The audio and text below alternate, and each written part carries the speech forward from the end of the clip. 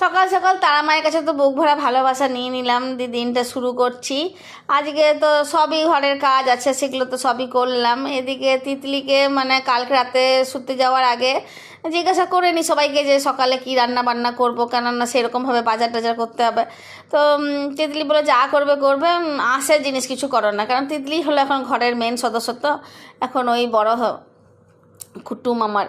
দিয়ে যাই হোক, রান্না বান্না জোগাড় করলাম। তোমার পালং শাকের ভাবলাম একটা ছেঁচড়া করি, এদিকে ভেবেছিলাম পোস্তুর বড়া খাবো, কিন্তু বিশ্বাস করো পোস্তুর দাম এত বেশি যে মিক্সিতে যখন পোস্তুটা দিচ্ছি না 4 জনাকার মাপ দিয়ে, তো মানে মনে হলো যে বাবারই একদিনেই 200 পোস্ত শেষ, 500 টাকা শেষ করে ফেলবো, দরকার নেই বাবা।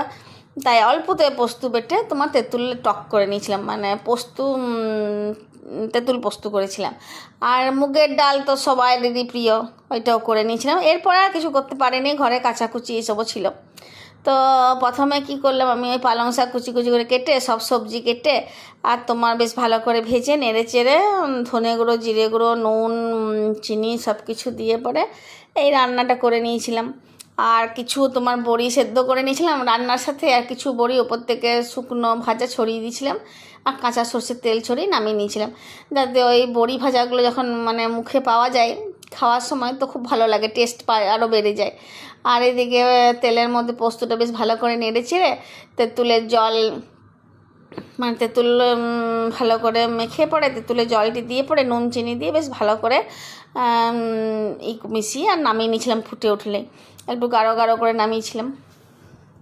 3টে রান্নাই অপূর্ব হয়েছিল, খেতে তো দুর্দান্ত লাগলো। মাঝে মাঝে নিরামিষ খেতে বেশ ভালোই লাগে, মাছ মাংস ডিম এগুলো খেতে যদি একঘেয়েমি লাগে, আর বলতে নেই এখন তো তোমার পালং শাক উঠছে বাজারে, এই টাইমে খেতে বেশ ভালো লাগে পালং শাক, যা রান্না করবে সবই ভালো লাগে।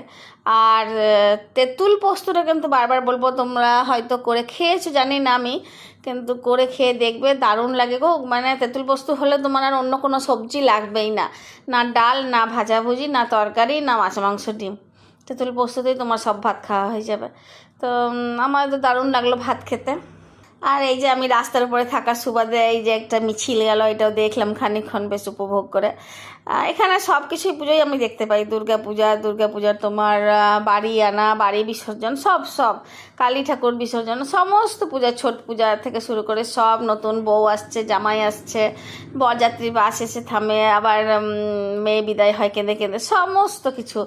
তো যদি কোনোদিন পারি তো তোমাদেরকে দেখাবো। তো আমার ভিডিওটা যদি ভালো লাগে তাহলে লাইক শেয়ার কমেন্ট করে দিও। ধন্যবাদ।